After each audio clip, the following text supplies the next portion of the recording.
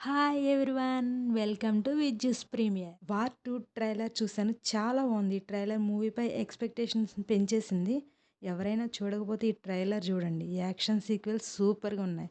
Hrithik Roshan negative క్యారెక్టర్‌లా కనిపిస్తుంది.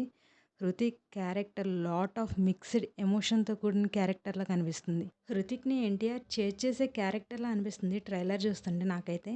ఎన్టీఆర్‌కి స్క్రీన్ స్పేస్ ఎక్కువగా ఉందని ట్రైలర్‌ని బట్టి తెలుస్తుంది. ఎన్టీఆర్ చాలా ఎనర్జిటిక్‌గా, చాలా స్టైలిష్‌గా కనిపిస్తున్నాడు ఈ ట్రైలర్‌లో. ఎన్టీఆర్ క్యారెక్టర్ కూడా ఇంటెన్సివ్‌గా ఉందనిపిస్తుంది.